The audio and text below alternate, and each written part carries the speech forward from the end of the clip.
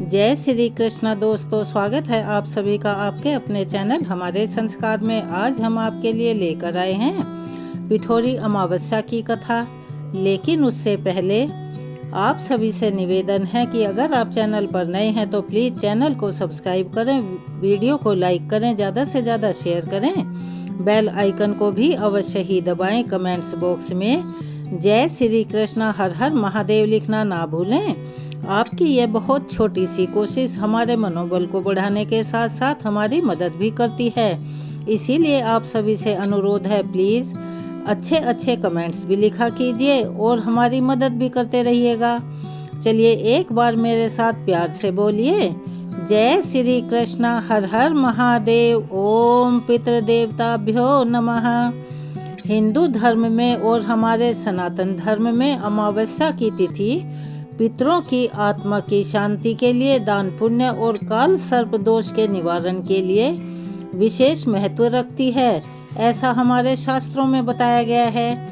क्योंकि भादो माह भगवान श्री कृष्ण की भक्ति का महीना होता है और श्री कृष्ण के साथ साथ गणेश जी की भी पूजा इस महीने में की जाती है। इसीलिए भाद्रपद अमावस्या का महत्व और भी ज़्यादा बढ़ जाता है। इस अमावस्या पर धार्मिक कार्यों के लिए कुशा एकत्रित की जाती है। कहा जाता है कि धार्मिक कार्यों, श्राद्ध कर्म आदि में इस्तेमाल होने वाली घास कुशा के नाम से जानी जाती है। अगर इस दिन एक इकट्ठा की जाए तो वह पूरे वर्ष भर पूजा में उपयोग आ सकती है और वह अत्यंत शुभ और पुण्य फल देने वाली मानी जाती है। ऐसा माना जाता है कि जब सीता माता जी पृथ्वी में समाई थी तो श्री रामचंद्र जी ने जल्दी से दौड़कर उन्हें रोकने का प्रयत्न किया था, किंतु उनके हाथ में केवल सीता जी के बाल ही आ पाए थे। यह बाल, जिन्हें केश भी कहते हैं, केश राशि ही कुशा के रूप में परिणित हो गई। ऐसी मान्यता है कि गढ़वाल में एक जगह है जिसे सीतानस्यु नाम से जाना जाता है और कहा जाता है कि यहाँ पर माता सीता धरती में समा गई थी और उसके आसपास की घास अभी भी नहीं काटी जाती। हिंदू धर्म में भादों के अमावस्या को पिठोरी अमावस्या भी कहते हैं और इस दिन 64 योगिनियों की भी पूजा की जाती है। वहीं अमावस्या तिथि अगर शनिवार के दिन पड़े तो यह और भी शुभ मानी जाती है, क्योंकि यह शनिश्चरी अमावस्या कहलाती है और इस दिन पितरों के निमित्त दान, तर्पण, श्राद्ध कर्म, पिंडदान आदि करने से न कि केवल पितर संतुष्ट होते हैं, बल्कि हमारे ऊपर या हमारे परिवार में किसी के ऊपर भी अगर पितृदोष बना हुआ हो वह भी स्वतः ही दूर हो जाता है। तो आज हम अपनी इस वीडियो में आपको भाद्रपद अमावस्या की सभी कथाएं जितनी भी प्रचलित हैं, पौराणिक हैं और सुनी जाती हैं, हम एक साथ सुनाएंगे। साथ ही आप सुनेंगे पितृ चालीसा का पाठ भी और भगवत गीता का 7वां अध्याय भी, जिसे कि इन दिनों में सुनने से अति विशेष पुण्य प्राप्त होता है। आज के दिन जो सच्चे मन से अपने पितरों का स्मरण करके भगवत गीता का 7वां अध्याय पढ़कर अथवा सुनकर या दूसरों को सुनाता है, उसका पुण्य अपने पितरों को समर्पित करता है। उसकी आने वाली 7 पीढ़ियां इस पुण्य से मालामाल हो जाती हैं। तो आइए सबसे पहले पितृ देवताओं का स्मरण कर क्षमा याचना करते हुए कथाओं का आरंभ करते हैं। हे पितृदेव, आप हमारे जीवन की जड़ हैं, यानी कि आप ही हमारे जीवन का आधार हैं। आपके आशीर्वाद से ही हमारी वंश परंपरा जीवित है। हम आपको स्मरण करते हैं और साथ ही साथ नमन भी करते हैं और हृदय से प्रणाम कर आपकी शरण में आते हैं। हे पितृदेव, यदि अज्ञानवश, आलस्यवश या अहंकार के तहत हमसे कभी कोई जल तर्पण या श्रद्धा न दी जा सके तो हम हाथ जोड़कर क्षमा प्रार्थी हैं, क्योंकि हम आपकी ही संतान हैं, आपके ही बच्चे हैं। आज की प्रार्थना और श्रद्धा अर्पण को आप सादर स्वीकार करें। अपनी कृपा दृष्टि हम सभी पर, हमारे परिवार पर, हमारे सभी अपनों पर बनाए रखें। हे शनिदेव, आप कर्म के फलदाता हैं, आप ही धर्म के प्रहरी और न्यायाधीश भी हैं। आपके प्रभाव से जीव अपने कर्मों का फल पाता है। आपके आशीर्वाद से भक्त की आत्मा निर्मल होती है। हे प्रभु, हमारे दोष, पाप और भूलों को क्षमा करें। और हमें सत्य, धर्म और सत्कर्म के मार्ग पर चलने की शक्ति दें। हमारे वेद, शास्त्र और पुराण हमारे लिए एक सटीक मार्गदर्शन करते हैं, जिससे कि हम अपने जीवन को सफल और सरल बना सकते हैं। तो आज की जो कथा हम सुनाने जा रहे हैं, यह मत्स्य पुराण में वर्णित की गई है। एक समय की बात है, हिरण्यकश्यप के बड़े भाई हिरण्याक्ष धरती का अपहरण कर पृथ्वी को पाताल लोक ले गया था। वह इतना शक्तिशाली था कि उसका कोई विरोध नहीं कर सका।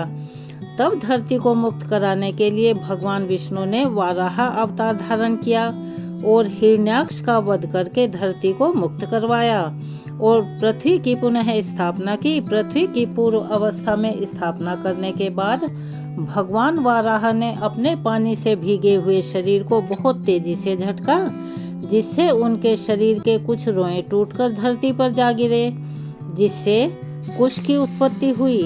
धार्मिक मान्यताओं के अनुसार कुश की जड़ में भगवान ब्रह्मा, मध्य में भगवान विष्णु और शीर्ष भाग में भगवान शिव विराजते हैं। अथर्ववेद, मत्स्य पुराण और महाभारत में कुश का बहुत अधिक महत्व बताया गया है। ऐसा माना जाता है कि अमावस्या पर हाथों में कुश लेकर तर्पण करने से कई पीढ़ियों के पितृदेव तृप्त हो जाते हैं। रुद्र अवतार माने जाने वाले हनुमान जी कुश का बना हुआ जनेऊ धारण करते हैं। इसीलिए उनकी स्तुति में कहा जाता है, कांधे मूंज जनेऊ साजे। आप यह जानते होंगे कि कुश के ऊपर अमृत कलश रखा गया था, इसीलिए इस पर अमृत का संयोग भी है। रक्षा करने वाले नागों ने जब कुश चाटने शुरू कर दिए, तब उनकी जीभ के 2 टुकड़े हो गए, यानी कि वह बीच से फट गई। उसकी कथा भी इस प्रकार से है। सभी सांप और गरुड़ दोनों सौतेले भाई हैं, लेकिन सांपों की माँ कद्रू ने गरुड़ की माँ विनीता को छल से अपनी दासी बना लिया था। सभी सांपों ने गरुड़ के सामने यह शर्त रखी कि अगर वह स्वर्ग से उनके लिए अमृत लेकर आएगा तो उसकी माँ को दासता से मुक्त कर दिया जाएगा। यह सुनकर गरुड़ ने स्वर्ग पर आक्रमण कर दिया और सभी को परास्त कर दिया। युद्ध में स्वर्ग के देवता इंद्र को भी उसने मूर्छित कर दिया। यह पराक्रम देखकर भगवान विष्णु उस पर बहुत प्रसन्न हुए और उसे अपना वाहन बना लिया। गरुड़ ने भगवान विष्णु से यह वरदान भी मांग लिया कि वह हमेशा अमर रहेगा और कोई उसे नहीं मार सकेगा। अमृत लेकर जब गरुड़ धरती पर वापस आ रहे थे, तभी इंद्र ने उन पर अपने वज्र से प्रहार कर दिया। गरुड़ को अमरता का वरदान मिला हुआ था, इसीलिए उन पर वज्र के प्रहार का कुछ भी असर नहीं हुआ। लेकिन गरुड़ ने इंद्रदेव से कहा, आपका वज्र दधीचि मुनि की अस्थियों से बना हुआ है, इसीलिए मैं उनके सम्मान में अपना एक पंख गिरा देता हूँ। यह देखकर देवराज इंद्र ने कहा कि तुम जो अमृत सांपों के लिए लेकर जा रहे हो, उससे वह पूरी सृष्टि का विनाश कर देंगे, इसीलिए अमृत को स्वर्ग में ही रहने दो।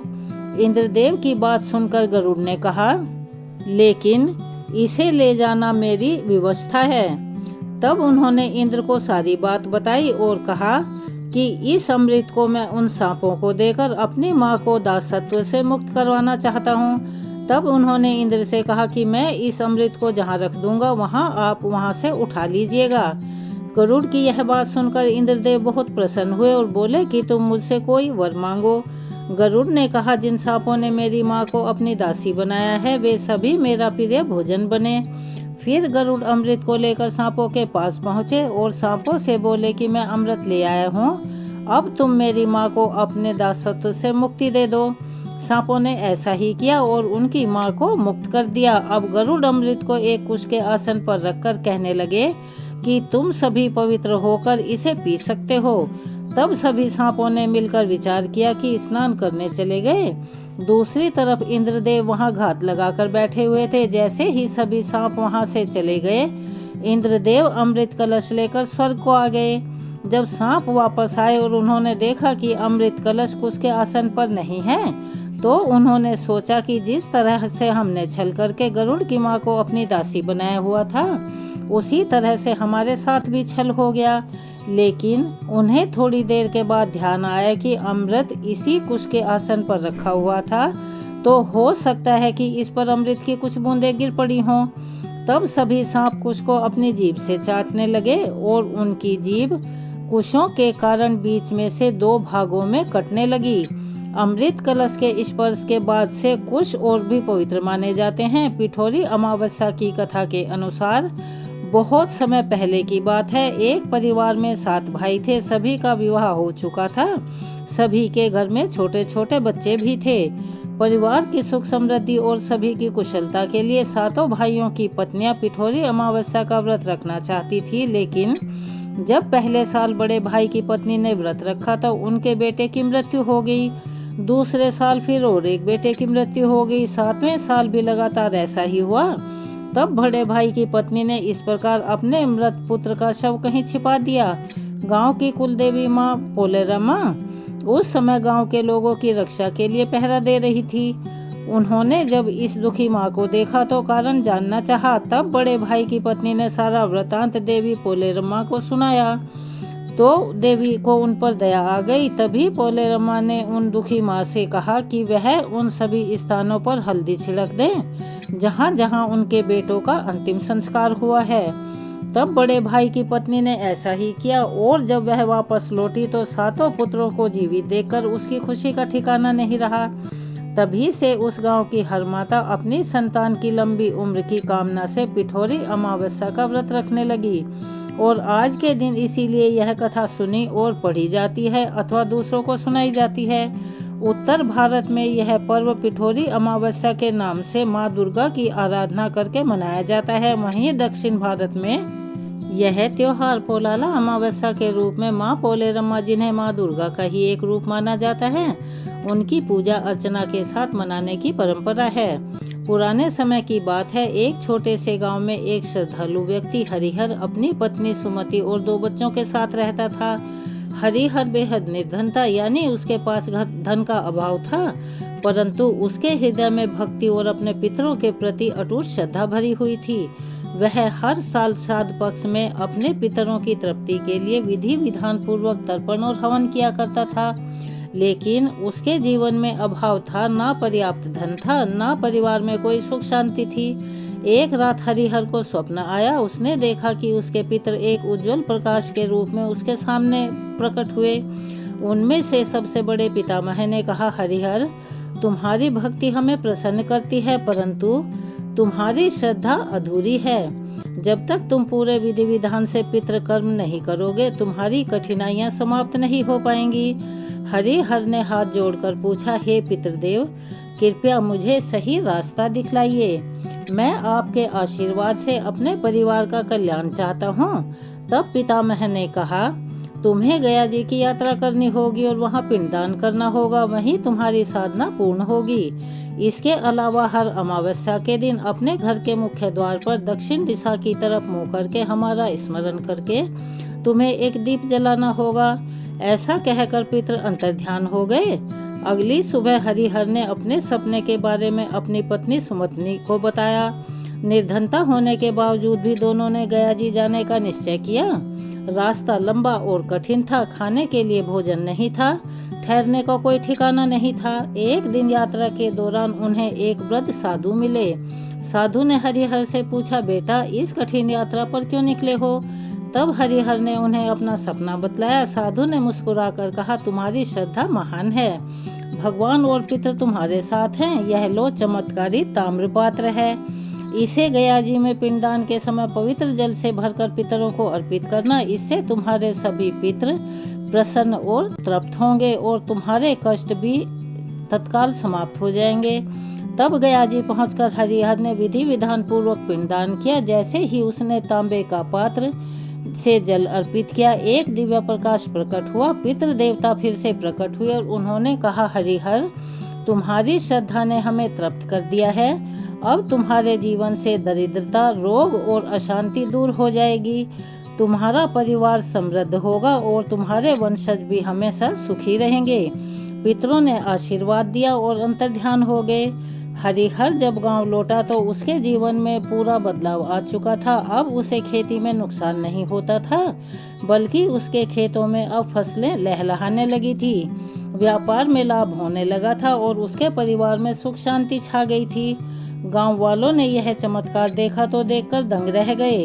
तब हरिहर ने सभी को पितरों की महिमा और श्राद्ध कर्म का महत्व समझाया। इस कहानी से हमें यह शिक्षा मिलती है, अर्थात इस कहानी का सार यह है कि पितरों की सेवा और तर्पण से जीवन के सभी संकट समाप्त हो सकते हैं। पितृपक्ष का हर कर्म केवल एक परंपरा नहीं बल्कि हमारे पूर्वजों के प्रति कृतज्ञता प्रकट करने का एक पवित्र साधन भी है। प्राचीन समय की बात है, दशरथ नामक प्रसिद्ध चक्रवर्ती राजा हुए थे। राजा के कार्य से राजा की प्रजा बहुत सुखी जीवन बिता रही थी। सब और सुख और शांति का माहौल बना हुआ था। उनके राज्य में एक दिन ज्योतिषियों ने शनि को कृतिका नक्षत्र के अंतिम चरण में देखकर कहा, राजन, अब यह शनि रोहिणी नक्षत्र का भेदन कर जाएगा, जिससे रोहिणी शकट भेदन भी कहा जाता है। शनि का रोहिणी में जाना देवता और असुर दोनों के लिए ही कष्टकारी और भय प्रदान करने वाला होता है तथा रोहिणी शकट भेदन के 12 वर्ष तक अत्यंत दुखदायी अकाल पड़ जाता है। ज्योतिषियों की यह बात जब राजा ने सुनी तब इस बात से अपनी प्रजा की व्याकुलता देखकर राजा दशरथ वशिष्ठ ऋषि और प्रमुख ब्राह्मणों से कहने लगे, हे ब्राह्मणों, इस समस्या का कोई समाधान शीघ्र ही मुझे बताओ। इस पर राजा दशरथ की बात सुनकर वशिष्ठ मुनि कहने लगे, शनि के रोहिणी नक्षत्र में भेदन होने से प्रजाजन सुखी भला कैसे रह सकते हैं, क्योंकि इस योग से दुष्प्रभाव से तो ब्रह्मा और इंद्र आदि देवता भी रक्षा करने में समर्थ नहीं है। मुनि वशिष्ठ के यह वचन सुनकर अब राजा सोचने लगे कि यदि वे इस संकट की घड़ी को न टाल सके तो उन्हें कायर कहा जाएगा। इसीलिए राजा विचार करके साहस बटोरकर दिव्य धनुष तथा दिव्य आयुधों से युक्त होकर अपने रथ को तेज गति से चलाते हुए चंद्रमा से भी 3 लाख योजन ऊपर नक्षत्र मंडल में ले गए। मणियों और रत्नों से सुशोभित स्वर्ण निर्मित रथ में बैठे हुए महाबली राजा ने रोहिणी के पीछे आकर रथ को रोक दिया। श्वेत अश्वों से युक्त और ऊंची ऊंची ध्वजाओं से सुशोभित मुकुट में जड़े हुए बहुमूल्य रत्नों से प्रकाशमान राजा दशरथ उस समय आकाश में दूसरे सूर्य की तरह चमक रहे थे। शनि को कृतिका नक्षत्र के पश्चात रोहिणी नक्षत्र में प्रवेश का इच्छुक देखकर राजा दशरथ बाण युक्त धनुष कानों तक खींचकर अपने भ्रुकुटियां तानकर शनि के सामने डटकर खड़े हो गए।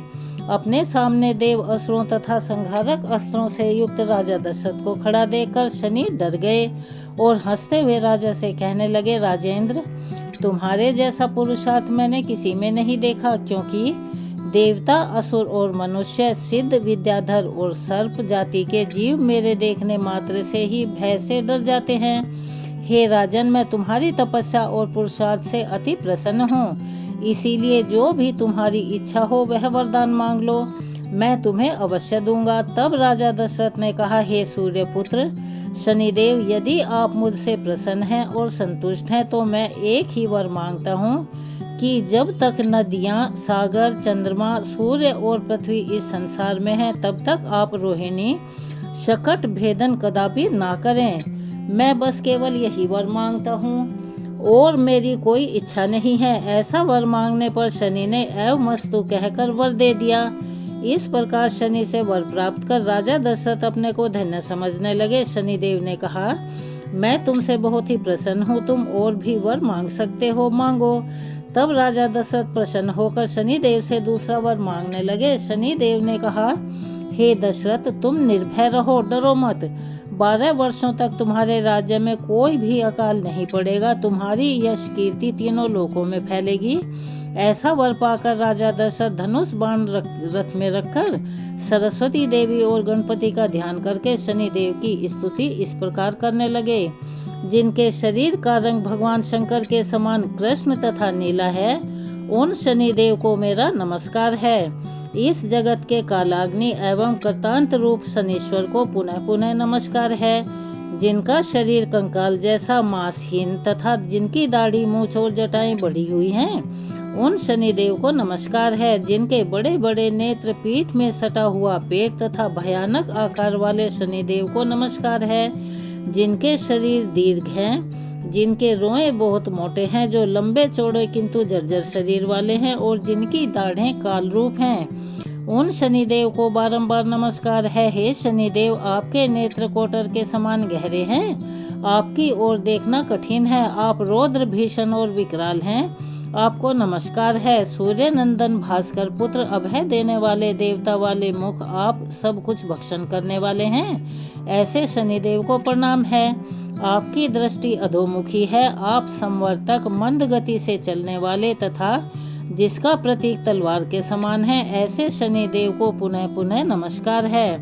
आपने तपस्या से अपनी देह को जला लिया है, दग्ध कर लिया है। आप सदा योगाभ्यास में तत्पर, भूख से आतुर और तृप्त रहते हैं। आपको सर्वदा नमस्कार है, जिसके नेत्र ही ज्ञान है। काश्यप नंदन सूर्य पुत्र शनिदेव, आपको नमस्कार है।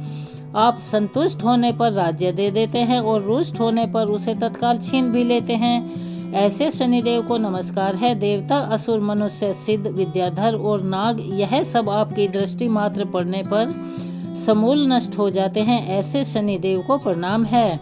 आप मुझ पर प्रसन्न होइए, मैं वर पाने योग्य हूँ और आपकी शरण में आया हूँ। राजा दशरथ के इस प्रकार स्तुति करने पर सूर्य पुत्र शनिश्चर बोले, उत्तम व्रत के पालक राजा दशरथ, तुम्हारी इस स्तुति से भी मैं अत्यंत संतुष्ट हूँ। राजन, तुम इच्छा के अनुसार वर मांगो, मैं तुम्हें अवश्य दूंगा। हे प्रभु, आज से आप देवता, असुर, मनुष्य, पशु, पक्षी तथा नाग किसी भी प्राणी को पीड़ा ना दें, बस यही मेरा प्रिय वर है। शनि देव ने कहा, हे राजन, वैसे इस प्रकार का वरदान मैं किसी को नहीं देता हूँ, परंतु संतुष्ट और प्रसन्न होने के कारण मैं तुम्हें दे रहा हूँ। हे दशरथ, तुम्हारे द्वारा कहे गए इस स्तोत्र को जो भी मनुष्य, देव अथवा असुर, सिद्ध और विद्वान आदि पढ़ेंगे, उन्हें शनि के कारण कोई बाधा नहीं होगी। जिनकी महादशा या अंतरदशा में, गोचर में अथवा लगन स्थान, द्वितीय, चतुर्थ, अष्टम या द्वादश स्थान में शनि हो, वे व्यक्ति यदि पवित्र होकर प्रातः, मध्याह्न और सायंकाल के समय इस स्तोत्र को ध्यान देकर पढ़ेंगे, उनको निश्चित रूप से मैं पीड़ित नहीं करूँगा। तब शनिदेव से ऐसा वर पाकर राजा दशरथ अपने राज्य में वापस लौट आए। यह था दशरथ कृत शनि स्तोत्र का पाठ। चलिए अब हम आपको सुनाने जा रहे हैं श्रीमद् भगवद गीता का 7वां अध्याय, और उसके बाद हम आपको सुनाएंगे पितृ चालीसा का पाठ। तो चलिए एक बार मेरे साथ प्यार से बोलिए, जय श्री कृष्णा। भगवान श्री कृष्ण अर्जुन से कहने लगे, हे पार्थ, अनन्य प्रेम से मुझ में आसक्त चित्त और अनन्य भाव से मेरे परायण होकर योग में लगा हुआ तू जिस प्रकार से संपूर्ण विभूति, बल, ऐश्वर्य आदि गुणों से युक्त सबके आत्म रूप मुझको संशय रहित जानेगा, उसको सुन। मैं तेरे लिए इस विज्ञान सहित तत्व ज्ञान को संपूर्णतः कहूँगा, जिसको जानकर संसार में फिर और कुछ भी जानने योग्य नहीं रह जाता। हजारों मनुष्यों में से कोई एक मेरी प्राप्ति के लिए यत्न करता है, और उन यत्न करने वाले योगियों में भी कोई एक मेरे परायण होकर मुझको तत्व से अर्थात यथार्थ रूप से जानता है। पृथ्वी, जल, अग्नि, वायु, आकाश, मन, बुद्धि और अहंकार भी इस प्रकार से, यह 8 प्रकार से विभाजित मेरी प्रकृति है। यह 8 प्रकार के भेदों वाली तो अपरा अर्थात मेरी जड़ प्रकृति है। और हे महाबाहु, इससे दूसरी को, जिसे यह संपूर्ण जगत धारण किया जाता है, मेरी जीव रूपा परा अर्थात चेतन प्रकृति जान। हे अर्जुन, तू ऐसा समझ कि संपूर्ण भूत इन दोनों प्रकृतियों से उत्पन्न होने वाले हैं, और मैं संपूर्ण जगत का प्रभाव तथा प्रलय हूँ, अर्थात संपूर्ण जगत का मूल कारण हूँ। हे धनंजय, मुझसे भिन्न दूसरा कोई भी परम कारण नहीं है। यह संपूर्ण जगत सूत्र में सूत्र के मणियों के समान मुझ में गुथा हुआ है। हे अर्जुन, मैं जल में रस हूँ, चंद्रमा में सूर्य में प्रकाश हूँ, संपूर्ण वेदों में ओंकार हूँ, आकाश में शब्द और पुरुषों में पुरुषत्व हूँ। मैं पृथ्वी पर पवित्र गंध और अग्नि में तेज हूँ, और संपूर्ण भूतों में उनका जीवन हूँ, और तपस्वियों में तप हूँ। हे अर्जुन, तू संपूर्ण भूतों का सनातन बीज मुझको ही जान। मैं बुद्धिमानों की बुद्धि और तेजस्वियों का तेज हूँ। हे भरत श्रेष्ठ, मैं बलवानों का आसक्ति और कामनाओं से रहित बल अर्थात सामर्थ्य हूँ, और सब भूतों में धर्म के अनुकूल अर्थात शास्त्र के अनुकूल काम हूँ। और जो भी सत्वगुण से उत्पन्न होने वाले भाव हैं और जो रजोगुण से होने वाले भाव हैं, उन सबको तू मुझसे ही होने वाले हैं ऐसा जान, परंतु वास्तव में उनमें मैं और वे मुझ में नहीं हैं। गुणों के कार्य रूप सात्विक, राजसी और तामसी, इन तीनों प्रकार के भावों से यह सारा संसार प्राणी समुदाय मोहित हो रहा है। इसीलिए इन तीनों गुणों से परे मुझ अविनाशी को नहीं जानता, क्योंकि यह अलौकिक अर्थात अति अद्भुत त्रिगुणमयी मेरी माया बड़ी दुस्तर है। परंतु जो पुरुष केवल मुझको ही निरंतर भजते हैं, वे इस माया का उल्लंघन कर जाते हैं, अर्थात संसार से तर जाते हैं। माया द्वारा जिनका ज्ञान हरा जा चुका है, ऐसे आसुरी स्वभाव को धारण किए हुए मनुष्यों में नीच दूषित कर्म करने वाले मूढ़ लोग मुझको नहीं भजते। हे भरतवंशियों में श्रेष्ठ अर्जुन, उत्तम कर्म करने वाले अर्थार्थी अर्थात सांसारिक पदार्थों के लिए भजने वाला और अर्थात संकट निवारण के लिए भजने वाला जिज्ञासु अर्थात मेरे को यथार्थ रूप से जानने की इच्छा से भजने वाला और ज्ञानी, ऐसे 4 प्रकार के भक्तजन मुझको भजते हैं। उनमें नित्य मुझ में एकाकी भाव से स्थित अनन्य प्रेम भक्ति वाला ज्ञानी भक्त अति उत्तम है, क्योंकि मुझको तत्व से जानने वाले ज्ञानी को मैं अत्यंत प्रिय हूँ और वह ज्ञानी मुझे अत्यंत प्रिय है। यह सभी उदार हैं, परंतु ज्ञानी तो साक्षात मेरा स्वरूप ही है, ऐसा मेरा मानना है। क्योंकि वह मदमत मन बुद्धि वाला ज्ञानी भक्त अति उत्तम गति स्वरूप मुझ में ही अच्छी प्रकार से स्थित है। बहुत जन्मों के अंत के जन्म में तत्व ज्ञान को प्राप्त पुरुष सब कुछ वासुदेव ही है। इस प्रकार मुझको भजता है, वह महात्मा अत्यंत दुर्लभ है। उन भोगों की कामना द्वारा जिनका ज्ञान हरा जा चुका है, वे लोग अपने स्वभाव से प्रेरित होकर उस नियम को धारण करके अन्य देवताओं को भजते अर्थात पूजते हैं। जो सकाम भक्त जिस जिस देवता को स्वरूप को श्रद्धा से पूजना चाहता है, उस भक्त की श्रद्धा को मैं उसी देवता के प्रति स्थिर करता हूँ। वह पुरुष उस श्रद्धा से युक्त होकर उस देवता का पूजन करता है और उस देवता से मेरे द्वारा ही विधान किए हुए उन इच्छित भोगों को निसंदेह प्राप्त करता है। परंतु उन अल्प बुद्धि वालों को यह फल नाशवान है और वे देवताओं को पूजे जाने वाले देवताओं को प्राप्त होते हैं और मेरे भक्त चाहे जैसे ही भजें, अंत में वे मुझे ही प्राप्त होते हैं। अब आप जानिए कि भगवत गीता के 7वें अध्याय में भगवान के प्रभाव और स्वरूप को न जानने वालों की निंदा और जानने वालों की महिमा का वर्णन किस प्रकार किया गया है। भगवान श्री कृष्ण कहते हैं, बुद्धिमान पुरुष मेरे अनुत्तम अविनाशी परम भाव को न जानते हुए मन इंद्रियों से परे मुझ सच्चिदानंद घन परमात्मा को मनुष्य की तरह जन्म जानकर व्यक्ति भाव प्राप्त हुआ मानते हैं। अपनी योग माया से छिपा हुआ मैं सबके सामने प्रत्यक्ष नहीं होता, इसीलिए वह अज्ञानी जन समुदाय मुझे जन्म रहित अविनाशी परमेश्वर को नहीं जानता, अर्थात मुझको जन्मने मरने वाला समझता है। हे अर्जुन, पूर्व में व्यतीत हुए, वर्तमान में स्थित तथा आगे होने वाले सब भूतों को मैं जानता हूँ, परंतु मुझको कोई भी श्रद्धा भक्ति रहित पुरुष नहीं जान सकता।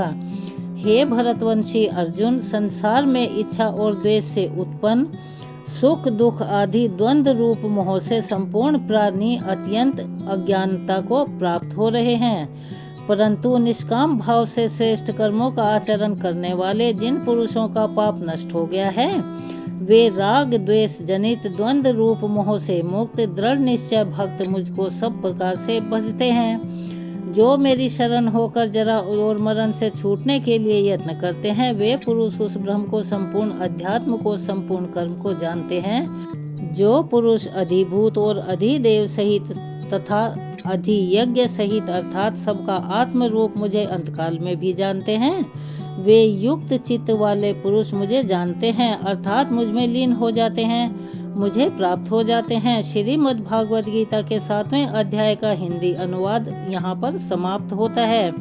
श्री मार्कंडेय पुराण में महात्मा रुचि द्वारा की गई पितरों की यह स्तुति पितृ स्तोत्र कहा जाता है।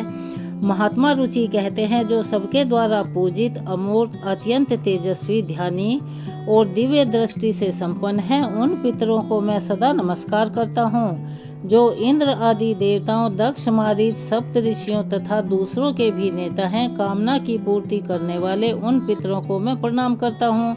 जो मनु आदि राज ऋषियों, मुनीश्वरों तथा सूर्य और चंद्रमा के भी नायक हैं, उन समस्त पितरों को मैं जल और समुद्र में भी नमस्कार करता हूँ। नक्षत्रों, ग्रहों, वायु, अग्नि, आकाश और देवलोक तथा पृथ्वी के भी जो नायक हैं, उन पितरों को मैं हाथ जोड़कर प्रणाम करता हूँ। जो देव ऋषियों के जन्मदाता, समस्त लोकों द्वारा वंदित तथा अक्षय फल के दाता हैं, उन पितरों को मैं हाथ जोड़कर प्रणाम करता हूँ। प्रजापति, कश्यप, सोम, वरुण तथा योगेश्वरों के रूप में स्थित पितरों को सदा हाथ जोड़कर प्रणाम करता हूँ। सातों लोकों में स्थित 7 पितृगणों को नमस्कार करता हूँ।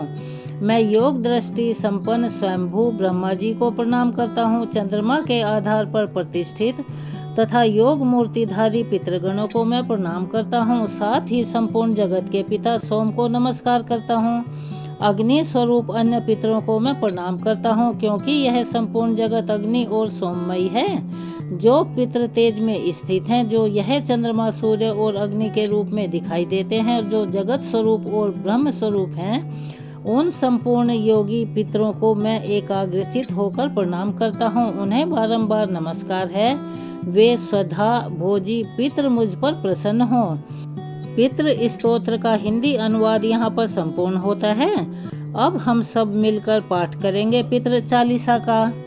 हे पितृेश्वर, आपको दे दियो आशीर्वाद, चरणाशीष नवा दियो, रख दो सिर पर हाथ। सबसे पहले गणपत, पाछे घर का देव मनावा जी। हे पितरेश्वर, दया राखियो, करियो मन का चाया जी। पितरेश्वर, करो मार्ग उजागर, चरण रज की मुक्ति सागर। परम उपकार पितरेश्वर कीना, मनुष्य योनि में जन्म है दीना। मात्र पितृ देव मन जो भावे, सोई अमित जीवन फल पावे।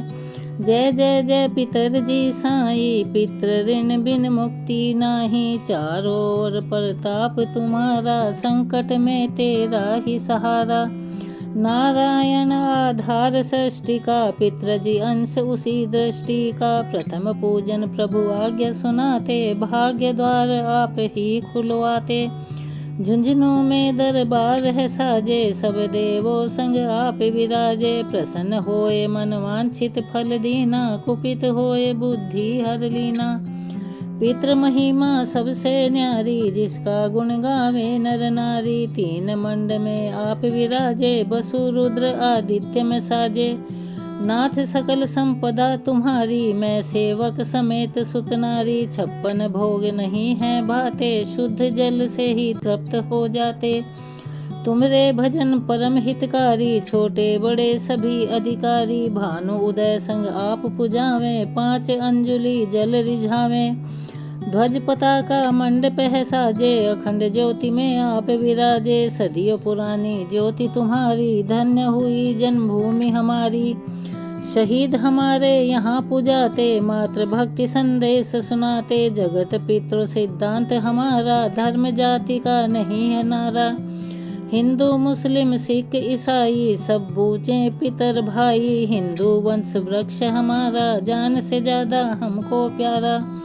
गंगा ये मरु प्रदेश की, पितृ तर्पण अनिवार्य प्रवेश की। बंधु छोड़ना इनके चरना, इन्हीं की कृपा से मिले प्रभु शरणा। 14 को जागरण करवाते, अमावस को हम धोख लगाते। जात जड़ूला सभी मनाते, नांदी मुख श्राद्ध सभी करवाते। धन्य धन्य भूमि का वो फूल है, जिसे पितृमंडल की मिली धूल है। श्री पितर जी भक्त हितकारी, सुन लीजिए प्रभु अरज हमारी।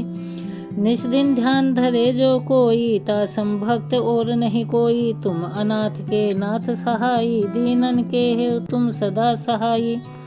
चारिक वेद प्रभु के साखी, तुम भक्तन की लज्जा राखी। नाम तुम्हारो लेत जो कोई, तासम धन्य नहीं और कोई। जो तुमरे नित पाँव पलोटत, नवों सिद्धि चरना में लोटत। सिद्धि तुम्हारी सब मंगलकारी, जो तुम पे जावे बलिहारी। जो तुमरे चरना चितलावे, ताकि मुक्ति अवश्य हो जावे। सत्य भजन तुम रोजो गावे, सो निश्चय चारों फल पावे। तुम ही देव कुल देव हमारे, तुम ही गुरुदेव प्राण से प्यारे। सत्य आसमन में जो होई, मन वांछित फल पावे सोई। तुमरी महिमा बुद्धि बढ़ाई, शेष सहस्त्र मुख सके न गाई। मैं अति दीन मलिन दुखारी, करहु कौन विधि विनय तुम्हारी। अब पितरजी दया दीन पर कीजे, अपनी भक्ति शक्ति कछु दीजे। पितरों को स्थान दो तीर्थ और स्वयं ग्राम, श्रद्धा सुमन चढ़े वहाँ, पूर्ण हो सब काम। झुंझुनू धाम विराजे हैं पितृ हमारे महान, दर्शन से जीवन सफल हो पूजे सकल जहान। जीवन सफल जो चाहिए चले झुंझुनू धाम, पितृ चरण की धूल ले हो जीवन सफल महान। चलिए पितृ चालीसा यहाँ पर संपूर्ण होती है। एक बार मेरे साथ प्यार से बोलिए, पितृ देवताभ्यो नमः। जय श्री कृष्ण, हर हर महादेव। मिलते हैं अगली वीडियो में। धन्यवाद।